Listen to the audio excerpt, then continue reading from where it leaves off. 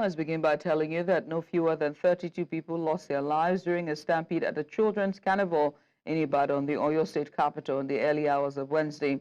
According to the Commissioner for Information and Orientation, Prince Dotun Oyelade, the stampede occurred at a private children's funfair held at Islamic High School, Basharu, leading to the loss of 32 lives, mostly children, while some others sustained injuries. He said the state government swiftly mobilized a rapid response team to the venue following the incident. The commissioner noted that victims have been taken to various hospitals within Ibadan metropolis for medical attention. May their souls rest in peace. We'll switch gears now to the state of the nation, as President Bola Tinubu has presented the 2025 budget proposal at approximately 47.9 trillion naira to a joint session of the nation's parliament for consideration. The bill, titled Budget of Restoration, Securing Peace, Rebuilding Prosperity, projects internally generated revenue of around 34.82 trillion naira as part of funding for the budget, with an estimated 15.81 trillion naira allocated for debt servicing. Our correspondent Edong Joseph has more on this story.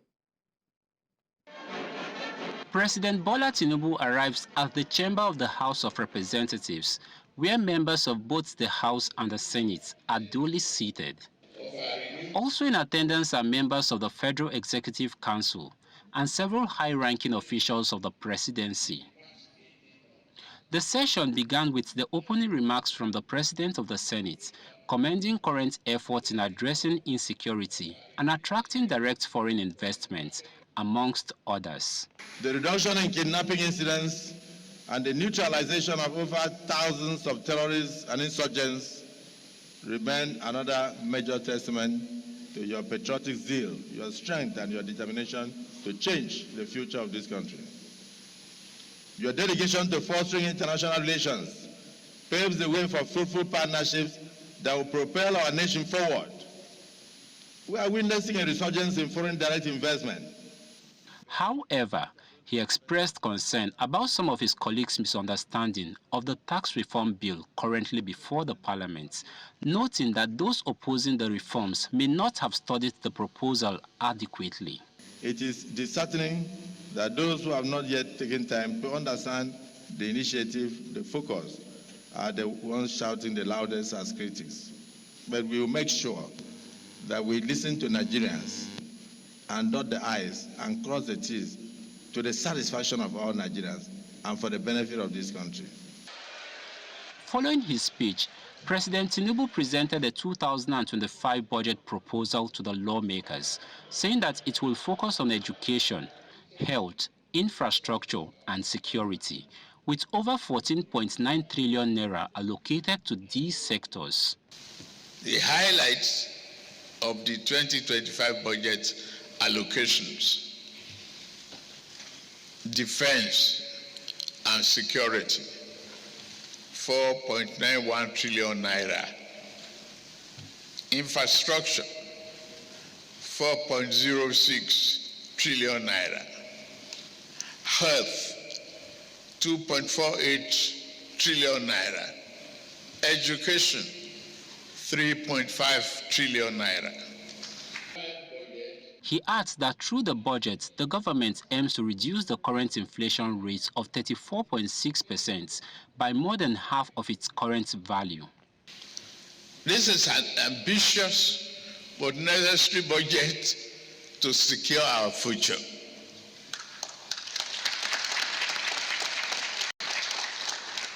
The budget projects inflation will decline from the current rate of 34.6% to 15% next year,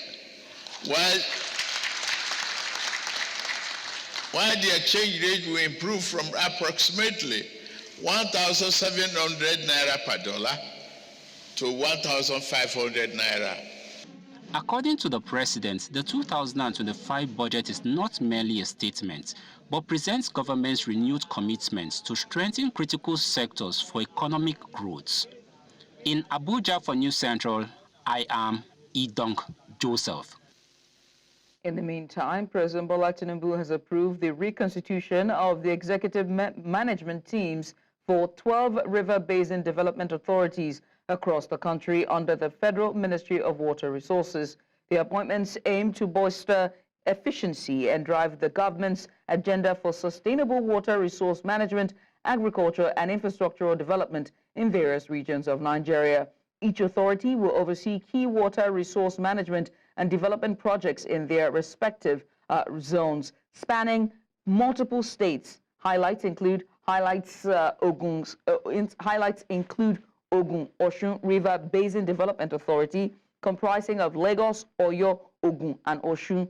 Leading this team is Honorable Odebumi Olusegun as the chairman. Similar appointments were made for other river basin authorities, including Benue Owene, Niger Delta, Upper Niger, and Lower Niger.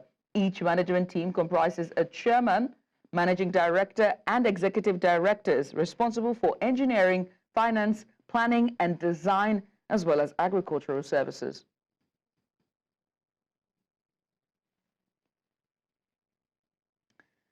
Let's also tell you that President Bola Tinubu has arrived in Lagos State for this year's Christmas and New Year's holiday. That means the traffic will be ×2 already. Now, Tinubu arrived at the presidential wing of the Murtala Mohammed International Airport, Lagos, at exactly 3:23 p.m. on Wednesday. Before departing Abuja, the president presented the 2025 appropriation bill to a joint session of the National Assembly for consideration and passage. Traffic will be tight. Well, let's move to security, shall we? The National Bureau of Statistics says Nigerians paid more than 2.2 trillion naira in ransom between May 2023 and April 2024. In its latest report, the NBS recorded 51.89 million crime incidents across households, with the Northwest reporting the highest at 14 million cases, while the Southeast reported the lowest at 6 million. Rural areas experienced more crimes, with 26.5 million cases compared to 25.3 million in urban areas. Among households affected by kidnappings, 65% reportedly paid ransoms, with an average payment of 2.67 million naira per case. 4.14 million households also experienced home robberies, but only 36.3% reported incidents to the police, citing distrust in law enforcement. Phone theft emerged as the most common individual crime, with 13.8% of victims reporting such incidents. Now, to discuss these figures, we're joined by security analyst Emmanuel Ukule. Emmanuel, many thanks for doing this with us. I mean, let's start with just the main challenges that you think law enforcement agencies face in accurately, documenting and investigating cases of abductions and killings, especially in conflict-prone regions. Over time in Nigeria,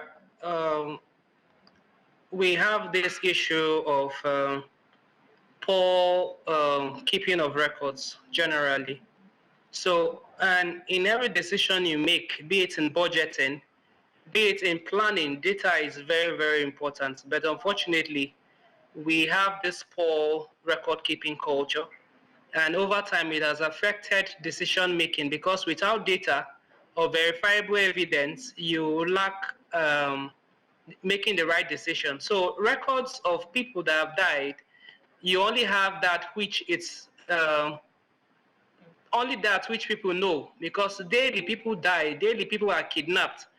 It's only few occasions that you get this information. Then most times this information is not being given out there, because some of these persons, when they are being kidnapped, they're informed not to communicate with security agencies. So they are forced to keep such information only to their loved ones. And then the system itself, what is the capacity of our law enforcement officers in the area or aspects of data collection? That has also been another issue over time. But we believe that with collective efforts and the also sharing of knowledge, that will be able to improve the capacity of those in law enforcement officers in having more accurate data that will help also in policy making decisions. Now, I mean, let's talk about, just the law enforcement agencies themselves when it comes to how do you think they track and manage abduction cases so far? I mean, and then what improvements in coordination or technology could enhance these efforts of tracking? Over the years, a lot of budgetary allocations and funds have been spent through budgetary allocations to law enforcement agencies. And there are certain times there have been reports that some tools or equipment have been bought. If you look at, I think last year, about a situation happened in Kaduna where about 100 persons were killed because of, should I say, poor handling of drone. So some of these equipments have been bought. The quality, I may not know how good they are or how good or the capacity of those that are manning this equipment. But I know they have some tools and it's necessary that we should have. But with the consistent crisis and with the consistent deaths and abuse of human rights, it's pertinent that there should be audits on the number of equipments we have, how valuable or how current such equipment is, if there's need to upgrade such equipment we have, and if there's also need to improve the capacity of those manning those equipments, it will be very, very important in addressing issues of crime and criminality in the country. With the upgrade in criminal activities, there's need to also upgrade on the type of knowledge needed in handling or manning tech. And there's in no country now, if you don't have or use tech to help you in providing solutions to some of these issues, you find it hard in doing anything. So by countries with satellite and drones and all that, a lot of countries have gone above just reacting. They have equipment capturing crime real time. And this helps them also in addressing situations and with early warning signs. In Nigeria, we most times try to be reactive instead of being more like planning or preparing for things like this. But this is an opportunity for us to wake up. With this type of report, it's showing that a lot of things are happening. And with a lot of money to waste, we cannot say this is commiserate. The solutions are commensurate with the funds being invested in crime and in policing in the country. Right. I mean, and what then, let's talk about the role of local governments as well, just look at the grassroots level in reporting and addressing, cases of abductions and killings. How does this differ? Just how do they differ? What's their responsibility at local level, state level, and even at the federal level? Should government be saddled with the responsibility when it comes to reporting cases of kidnapping and, killings and abductions as well?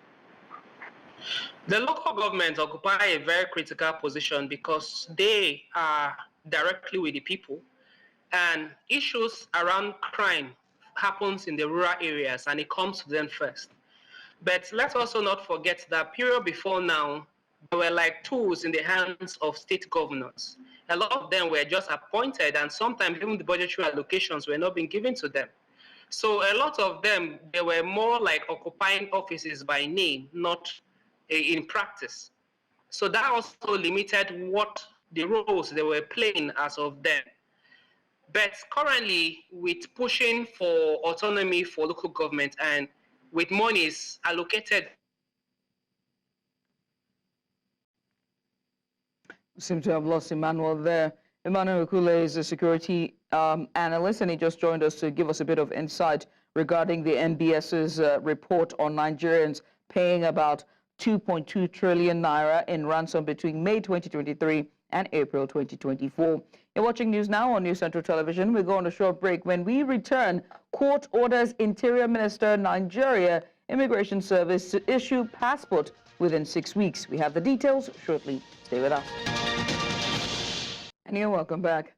Journalists have been urged to be objective as well as uphold the ethics of their profession in the cause of performing their duties. Now, these were the thoughts of the Deputy Director, Plateau State Directorate of State Security Service during a one-day seminar on the need for journalists to stay safe while reporting conflict situations. News Central's Chizoba Anyowe tells us more in this report. Conflict reportage is one area of journalism that calls for constant training for practitioners to always be conscious of their profession and the best way to practice it. Oftentimes, journalists get injured, maimed, arrested, kidnapped, and in some cases killed in the line of duty. This is what this one-day training seeks to address with regards to national cohesion. So we are here to rub minds and also to guide you on the need for you to be secured so that you can do your job well. We are also here to tell you that your job determines the national security. A single journalist can destabilize this country, and all the peace we are enjoying will get away. So that's why your job is very important as far as national security is concerned. While considering safety first, national peace and cohesion are very vital. In as much as we continue to do our work, there are certain parameters that we must be guided. We must be interested in national security. So whatever we're putting out to the public must be in good taste. Must be reports that will unite this country. Must be reports that will bring to national cohesion, national integration, and not reports that will take us back to our dark days, particularly for us in Plateau State. For the safety of these men of the pen profession and to ensure national security and integration too, journalists are appreciative of this session. You need to be alive, you need to be safe in order for you to report. There is no way you can discharge your duty as a journalist in the environment where there is chaos. While reporting, I should report issues that will protect the interests of the country, not to report something that will cause disunity. Don't be the news, be the reporter. Because if you know that whatever report you're going to carry on, whether it's investigative or even general report, you know that it will be detrimental to national security and even to your own self. You will not be a hero maybe in the grave. If these responses are truly the outcome of this session, then more of it won't be out of place for the safety of journalists for national integration. In Jos for News Central, Chizoba Anyowe. The annual State of Media Freedom Report for 2024 released by the Media Rights Agenda, MRA, says security agencies, including the police, military and intelligence services, have consistently been the worst enemies of the media in Nigeria in recent years and were responsible for the highest number of attacks against journalists this year, 2024.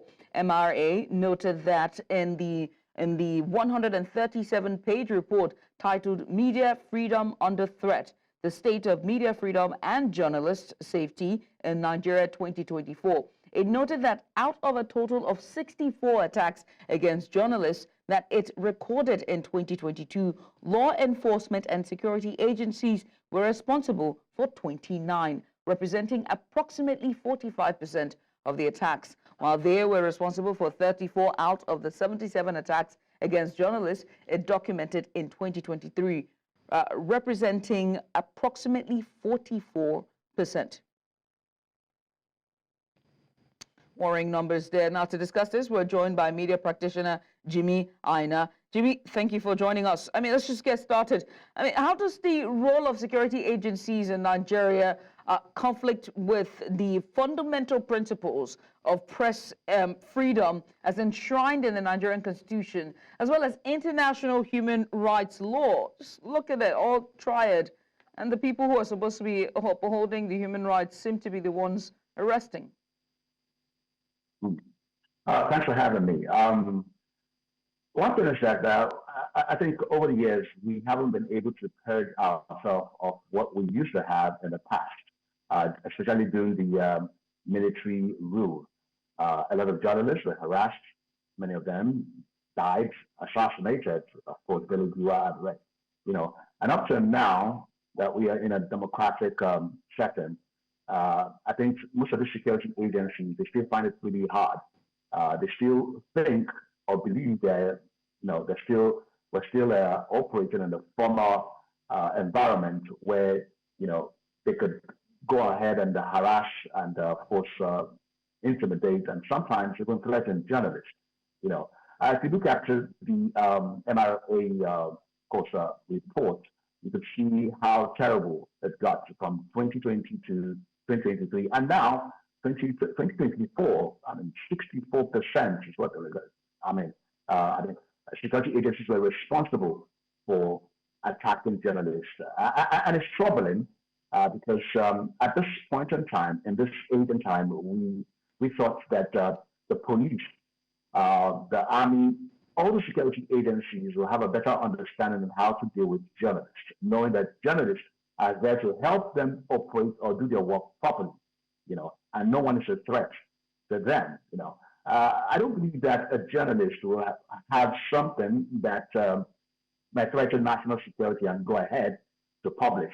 And we know how it is in all, whether it's broadcast media or print media, you always have editors, you have people who look at your work before it goes out. So in all of that, with many of the security agencies still having threatening journalists and harassing them, the rest, I think it's disheartening to hear that things like this are happening. And I'm hoping that, for instance, the Inspector General of Police, and the Chief of Army Staff, the Chief of Defense, and the rest of the head of most of the security agencies will do more, especially with this report, with the emergence of this report, in find a way for journalists and journalists and security agencies to work together. There should be a synergy between both parties. Not what we're having, where this report is really, really concerning, I must tell. Right. And it begs to ask the question about, the challenges that journalists face when attempting to access information related to security operations. And how can the media be empowered to overcome these obstacles while respecting national security concerns as well? The media should be, of course, reporters, journalists should be empowered. The whole talk about us being the fourth realm of the fourth estate of the realm, I think there should be more emphasis on that. They should recognize that the power of the pen, and journalists reporting of what's going on around the country, whether it's security, whether it's general issues, especially security anyway. I think I would go as far as suggesting that probably we could even have a legislative or policies or laws that could help journalists do their job better. Just having it enshrined in the Constitution and everybody ignores it. I think we need something different at this point in time, and probably maybe it should come from journalists. Pressuring legislators or finding a way to come up with something that is more pronounced, that is out there to protect journalists when we're doing our job. And I think that would go. And of course, as I mentioned earlier on, I think orientation is also important, because every time you go out there, doing your job as a journalist, there's always, especially when it comes to protests and the rest, there's always that threat.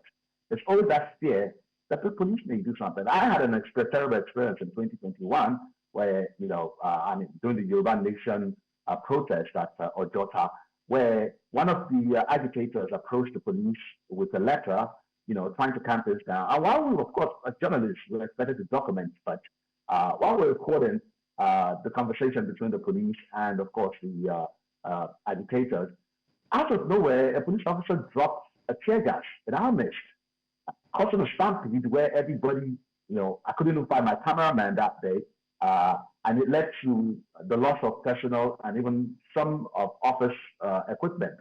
We lost our GoPro and some equipment. So what I'm saying is that, with journalists around that, and with a lot of journalists around there, that respect should come that they are doing their job and we need to be protected. So I would suggest, I believe that the rest of maybe the NPAN, the proprietor, the body responsible for print media, the Broadcast Organization of Nigeria. We should have a unifying factor where we could push ahead to have something that is more pronounced, a law that protects us, so that we don't go out there with fear, especially when we're covering security matters, security issues. We go out there and we're not scared of doing our job because you have the police or any other security agencies threatening us. And lastly, just to talk about, the restrictions on reporting and its effect when it comes to transparency in government operations and the public's right to know about security matters. Talk to me on this too as we wrap up this conversation. Of course, the public has every right to know what's going on. Again, I think what is national security? What is national security? I think that should be well defined. What threatens national security? Because as a journalist, I'm writing something concerning probably some, things that some security agencies are doing. For instance, let me pick Saya Soyinbo, investigative journalist. What he did at the border concerning the custom, is that a threat to national security? Ask the question. Because then he's been locked up, he's been threatened, and of course, when he also went to do his job, and he was caught and accused of helping, oil thieves, things like that. So exactly, let's define it. What exactly, when does my job threatens national security? That should be, because again, the public needs to hear about things that's going on. The public needs to have a clear picture of how, some of those issues going on, the fight against the insurgents, the bandits, and the rest, But it's not forthcoming, because again, you have the military not giving information. Many of them are not willing to work with journalists to clear the air on some issues. And of course, I have to do my job. I have to write. The little I have to tell the public, and because then you want the public outcry in order to change the narrative of some of these things that's going on, So really, I think whatever it is, the whole harassment, threat, and the rest, we will just be doing our job. That job means informing the public about issues that concerns them and, of course, the nation. Well, I must say thank you so much for taking out the time, Jimmy, just to have this conversation with us. Thank you for doing this with us. Jimmy is a media practitioner just talking to us on the state of press freedom in Nigeria. We'll move away from that now, as massive traffic congestion has gripped parts of Lagos this morning, leaving commuters stranded for hours. The gridlock, which began around the Bega axis, stems from an accident on the Kara Bridge along the Lagos-Ibadan Expressway heading out of the city. Our correspondent Ben Adakede was at the scene earlier and brought back this report. Take a look. The scene here underscores how a single incident can bring Lagos traffic to a halt. This morning, traffic along Lagos-Ibadan Expressway was painfully slow, with some sections at the complete standstill. The cause? An accident on Kara Bridge, reportedly occurring around midnight. It was the container that jammed other truck that carried iron coil. You understand? So it's as if that could be one carrying container fell break from the bridge. So on getting to this place, not knowing that one truck was here, you understand, on slow motion. So before you notice that the truck was on the slow motion, before you could have waved his hand out of the truck, that's how the container now bent. You understand? So as it bent, he tried to wave the container back. He could not. So immediately, you see now hit. He now fell on top of this parts. So the one carrying iron rod, one of the iron from there now rolled from the body of the truck, now hit a car. The information we gathered has it that at about 12 midnight, a trailer carrying this container fell on this bridge, Kara Bridge. You can see the impact of where the trailer fell, or rather the container fell and apparently hit the bridge, breaking off parts of the bridge railings. And this was what caused the initial traffic, the first accident. The impact on the trailer was so much, or the container rather, so much that it burst the side of the container. And from what we've seen, the container is filled with pasta products, macaroni, as a matter of fact. Security operatives have been on ground to ensure that there's no theft from this particular container. But then the resultant effect is that while they were trying to control this, another truck carrying iron sheets also fell on the road, and that basically is what cut off this particular road. From early in the morning up until midday. Upon our arrival, traffic management officials were already on site, working tirelessly to clear the wreckage and restore traffic flow. However, the impact has been significant. Many commuters have endured hours-long delays, while some have resorted to walking to their destinations. We've been in the traffic since 8 a.m., but at some point we had to, calm down, stroll a bit so that the bus can actually meet us at the front. The plan was to get to Ibadan by 9, do an opening, then, by this time we are supposed to have been coming back to Lagos. But it's unfortunate we still have to go to where we are going and do whatever we need to do and still come back. As at the time of compiling this report, authorities said the driver of the truck carrying the container was in custody, but the owner was yet to be identified. We were also told that 4 casualties have been recorded. As we go deeper and deeper into the festive season, more and more Nigerians will be embarking on journeys and will be using roads and highways like this. Today's accident is a reminder and a clarion call to road users to be more cautious and more careful on the major highways as they embark on their journeys during this period. In Lagos for News Central, I'm Bernard Akede. And one can only wonder what's like on the Lagos Island as the president returns back to Lagos.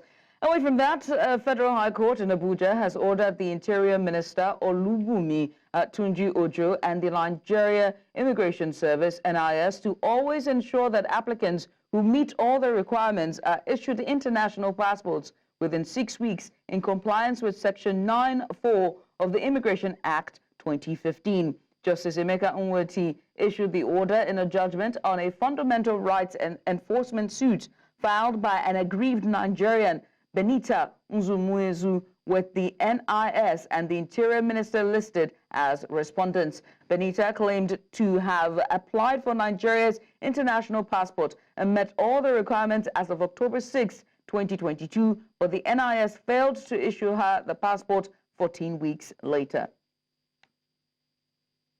The Renewed Hope Initiative has approved the disbursement of about 1,900,000,000 naira to 250 elderly citizens across the country. Now, this was made known by the First Lady of Nigeria, Oluremi Tinubu, during the disbursement exercise in Abuja, where she says that some military veterans will also be included as part of the beneficiaries. She adds that those receiving the funds will be from 65 years and above and will be receiving about 200,000 naira each, a 100% increase from last year's disbursement. This program is designed to support the welfare of our elderly citizens annually. 250 elderly citizens aged 65 and above in all 36 states of the Federation, the Federal Capital Territory, and veterans from the Defense and Police Officers' Wives Association will be benefiting from this scheme. The governing board of the Renewed Hope Initiative has decided to increase the grant from 100,000 to 200,000 this year to provide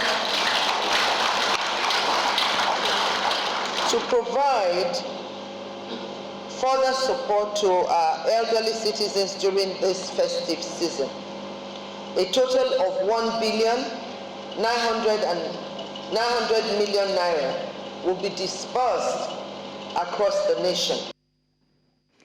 As the 45th Miss Nigeria pageant draws near, the chairperson of the Miss Nigeria board, Rita Dominic Anosike, has shared her vision for the competition during an interview on News Central Television's talk show, Chasiri. When asked why she accepted the role, the acclaimed actress and filmmaker expressed her passion for empowering young women. She highlighted her long-held ambition to alleviate Miss Nigeria into the pageant in Africa, akin to Miss America, where winners focus on impactful community projects rather than competing internationally.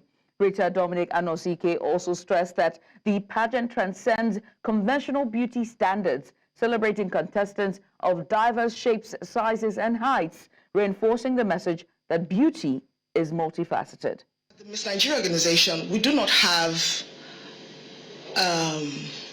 height criteria because we believe that beauty runs deep, it runs across, right?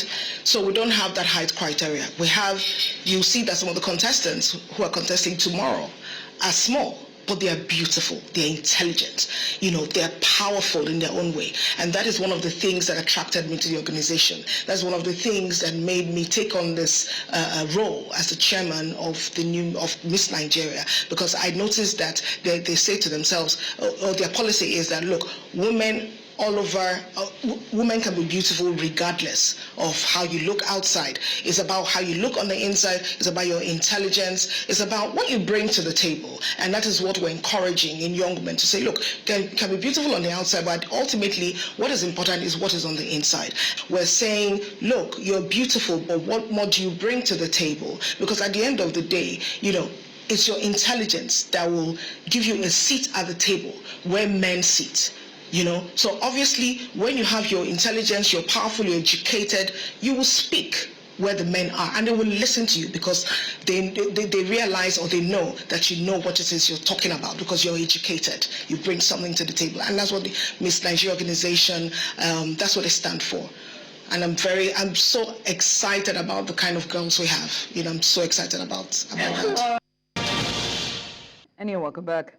Ghana's Supreme Court have paved the way for a contested bill severely curtailing LGBTQ rights to become law after rejecting 2 bids to overturn it. Lawmakers approved the Sexual Rights and Family Values Bill in February, drawing international condemnation despite gaining wide public support in the conservative West African country. The proposed anti-LGBTQ legislation is considered among the most stringent in Africa, stipulating jail terms of up to 3 years for engaging in same-sex relations and up to 5 years for promoting or sponsoring LGBTQ activities. The bill will only become law after being ratified by the outgoing president, Nana Akufo-Addo, or his successor, John Mahama.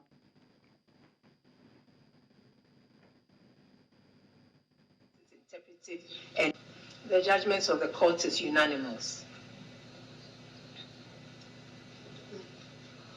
Upon hearing the parties orally and on considering the arguments as contained in their statements, we come to the unanimous decision that the plaintiff's writ does not properly invoke the exclusive jurisdiction of this court. We are of the view that the subject of the litigation, being a bill still undergoing the process of becoming law, in accordance with the provisions fully set out in the Constitution, it will be premature for this court to exercise its interpretive and enforcement jurisdiction to intervene. Consequently, we think that the action fails. It is accordingly dismissed.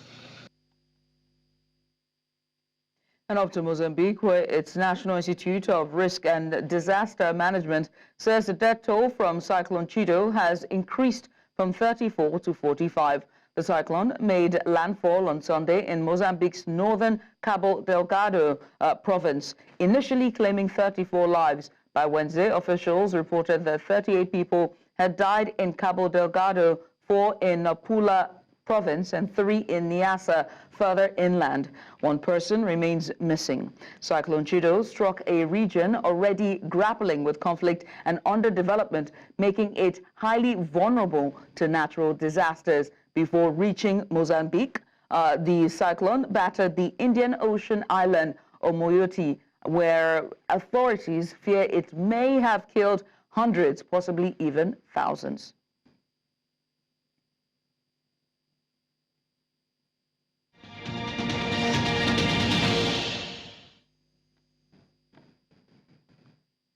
And rescue efforts are ongoing in Vanuatu following a powerful 7.3 magnitude earthquake that struck the Pacific nation, claiming at least 9 lives.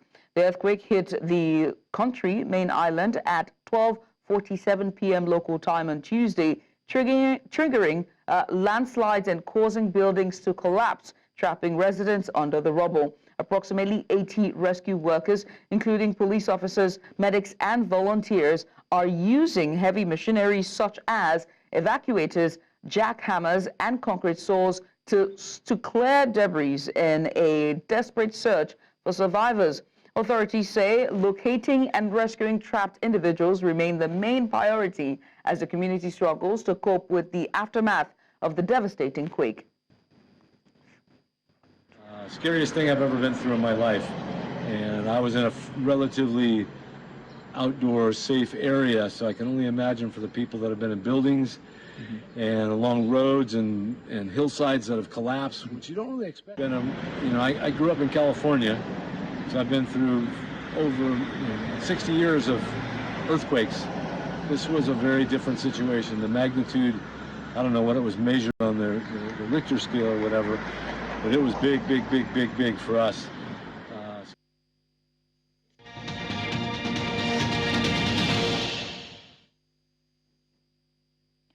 The Nigerian national rugby team, the Black Stallions, marked their first tournament appearance since 2019 at the Rugby 15s with a 34-10 loss to host Tunisia at the ongoing Africa Cup. The return of the Black Stallions ended a 5-year hiatus caused by a mix of challenges, including a World Rugby ban and internal disputes. With the issues now resolved, the Nigerian Rugby Federation is hoping to engineer and fast-track Nigeria's place among Africa's rugby elite. In the days of the match, Zambia also defeated Ghana with 31-22. Austrian Bundesliga side Red Bull Salzburg have appointed a German tactician, none other than Thomas Lich, as their new head coach 2 days after sacking Pep Londres over unsatisfactory performances. The 56-year-old Lich will have been signed a contract running until the 30th of June 2027. He previously coached the under-16, under-18 teams of the Red Bull Football Academy and Salzburg's UEFA Youth League team. The former, who was a former assistant of Jurgen Klopp at Liverpool, was sacked with the club currently 5th on the Austrian Bundesliga table, 10 points behind leaders Sturm Graz. Now, RB Salzburg also sits at 32nd in the Champions League after losing 5 and winning just 1 of their 6 outings so far. The Milwaukee Bucks have been crowned 2024 NBA Cup champions after a dominant 97-81 points win over Oklahoma City Thunder. Giannis Antetokounmpo led the Bucks with about 26 points, 10 assists, and 16 rebounds in 37 minutes. Damian Lillard was added 23 points as well, and each player from the winning team will receive $500,000 in prize money, while the runner-ups get $200,000. Giannis expressed post-game that the team's focus will shift quickly to the remaining regular season games, as the team still has a lot to improve on. I'm so proud of the group. Everybody was extremely locked in. We came in, we were focused, played great basketball, and we were able to win this game. We had this goal as a team, and we accomplished it. We accomplished it. I'm very proud of everybody. I'm so happy for Dame that he got we got our first trophy together, and this is just the beginning. We got to keep on improving, keep on getting better, and we will be better.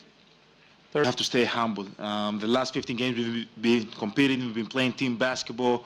We'll be setting the table for our teammates to be successful down the stretch. And that's all we can take at this hour. But before we go, let's take another look at some of the major stories. Tragedy has hit Ibadan, the Oyo State capital, as 32 people, including children, have died in a stampede at a children funfair. And we also told you that President Tinubu has presented 47.9 trillion naira 2024 budget proposal to the National Assembly. And we moved on to Mozambique, where the death toll from Cyclone Cheeto has risen to 45.